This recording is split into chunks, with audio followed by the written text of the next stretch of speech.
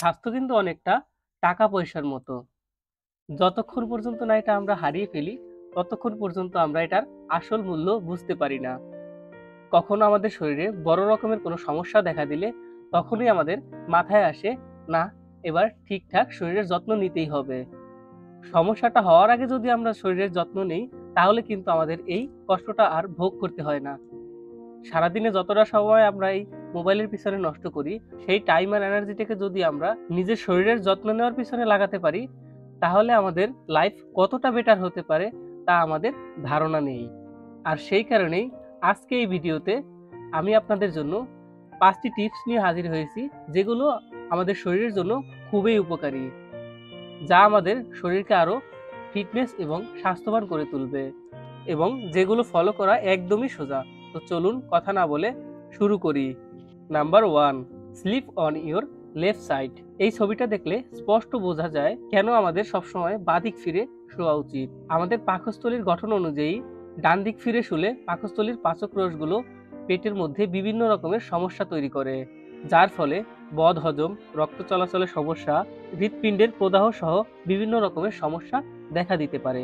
আর সেখানে যদি আমরা বাঁ দিক ফিরে শুই, তাহলে পাকস্থলীর পাচক রসগুলো সঠিকভাবে কাজ করতে পারে, যার ফলে আমাদের এই সমস্যাগুলোর সম্মুখীন হতে হয় না এবং হজমও ভালো হয়। স্মার্ট আইডিয়া নম্বর 2, খাওয়ার পরেই ঘুমানো যাবে না। আমরা সবাই বেশিরভাগ সময় রাতের খাবারের পরে তাড়াতাড়ি ঘুমাতে চলে যাই। এর জন্য আমাদের যে কত ধরনের সমস্যা হয় তা আমাদের জানা নেই। যেমন হতে পারে বদ হজমের সমস্যা, মোটা হয়ে যাওয়া এবং ওজন বাড়া ও গ্যাস্ট্রিক বাড়া। তাই আমাদের উচিত খাবারের পরে ন্যূনতম 1 ঘন্টা থেকে আধ ঘন্টা পরে ঘুমানো উচিত। এই বিষয়টা যদি আমরা নজরে রাখতে পারি, তাহলে আমাদের বদহজম এবং গ্যাস্ট্রিকের সমস্যা থেকে আমরা মুক্তি পেতে পারি, যেটা হতে পারে আপনার জীবনের একটা সেরা সিদ্ধান্ত। চলুন দেরি না করে আমরা এই সিদ্ধান্তটি আজ থেকেই গ্রহণ করি। স্টেপ নম্বর 3, বেশি বেশি পানি পান করুন। আমাদের এই ব্যস্ত জীবনে আমরা পানি পান করার কথা একদমই ভুলেই যাই। যখনই জল তেষ্টা পায় তখনই একটু জল খাই, এছাড়া তো আমরা খাইই না, যেটা আমাদের শরীরের জন্য একদমই ভালো নয়। আর বিশেষ করে যারা আমরা শহরে বসবাস করি, দেখা যায় পানি পান করার কথা আমাদের মনেই থাকে না। স্মার্ট আইডিয়া নম্বর 4, বেশি বেশি হাঁটুন। ওয়ার্ল্ড হেলথ অর্গানাইজেশনের মতে আমাদের দৈনিক 8,000 স্টেপ হাঁটা উচিত। কিন্তু আমরা কতটুকু হাঁটি, এর উত্তর হয়তোবা কারোরই জানা নেই, কারণ আমরা কখনোই এটা মেজার করে হাঁটি না। লর্ড কেলভিন বলেছিলেন, if you can't measure it, you can not improve it. তার মানে হচ্ছে, যদি আপনি মেজার না করেন তাহলে আপনি উন্নতি করতে পারবেন না। তাই আমাদের উচিত প্রতিদিন আমরা কতটুকু হাঁটছি তা মেজার করে রাখা।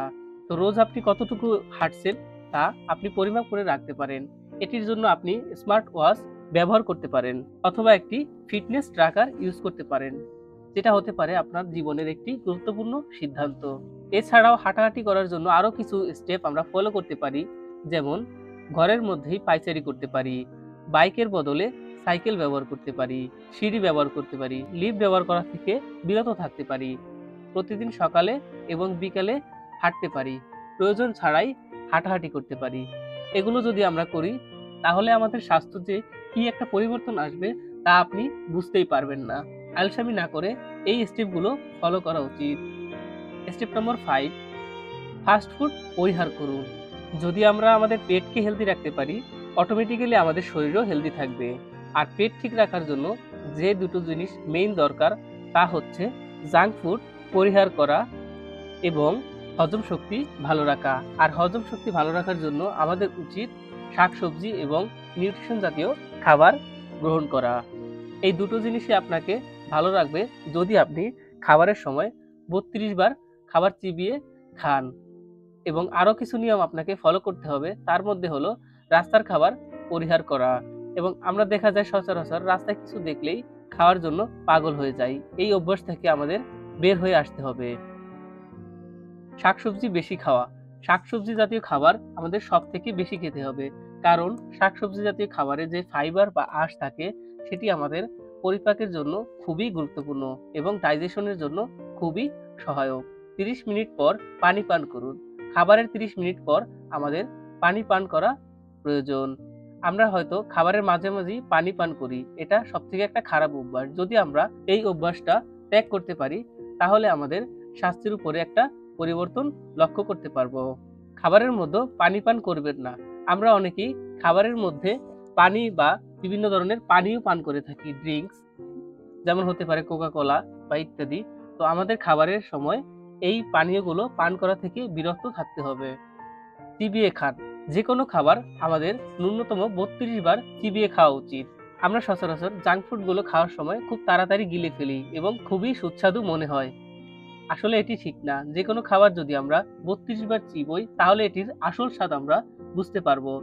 জাঙ্ক ফুডগুলো যদি আমরা ৩২ বার চিবোই তাহলে দেখা যাবে এটি খেতে অনেকটা বাজে। আর যদি আমরা আমাদের ভিটামিন এবং শাকসবজি জাতীয় খাবার বেশি চিবোই তাহলে বুঝতে পারবো যে খাবারের আসল স্বাদটা কোথায়। তো যদি আপনি ৩২ বার চিবিয়ে খাওয়াটা অভ্যাস করে ফেলতে পারেন তাহলে অটোমেটিক্যালি আপনাদের জাঙ্ক ফুড খাওয়ার প্রবণতা কমে যাবে। জাঙ্ক ফুড খেতে ইচ্ছেই করবে না। আর অন্যদিকে আমাদের হজম প্রণালীর প্রায় 50% কাজই আমাদের মুখের মধ্যে হয়ে থাকে। তাই জন্য আমাদের বেশি করে চিবানো দরকার এবং বাকি 50% পাকস্থলীতে গেলে তারপরেই হয়ে থাকে। খাবার তাড়াতাড়ি গিলে ফেললে এই মুখের 50% কাজটা হয় না, যার ফলে হজম শক্তিও আমাদের নষ্ট হয়ে যায়। ফলে আমাদের গ্যাস্ট্রিক এবং আলসার জাতীয় বিভিন্ন রকম সমস্যার সম্মুখীন হতে হয়। ৩২ বার চিবিয়ে খাওয়া যদি আমরা একবার আয়ত্ত করে নিতে পারি তাহলে এই জাঙ্ক ফুড জাতীয় খাবার এবং হেলদি খাবারের মধ্যে যে পার্থক্যটা সহজেই আমরা বুঝতে পারবো। তো বন্ধুরা, যদি আমাদের ভিডিওটি ভালো লাগে অবশ্যই আমাদের সবার জন্য স্বাস্থ্য চ্যানেলটি সাবস্ক্রাইব করবেন এবং পাশে থাকা বেল আইকনটি অন করে আমাদের নতুন ভিডিও পেতে অবশ্যই আমাদের চ্যানেলটি সাবস্ক্রাইব করে রাখবেন এবং আমাকে উৎসাহিত করবেন। আজ এ পর্যন্তই। থ্যাংক ইউ বন্ধুরা।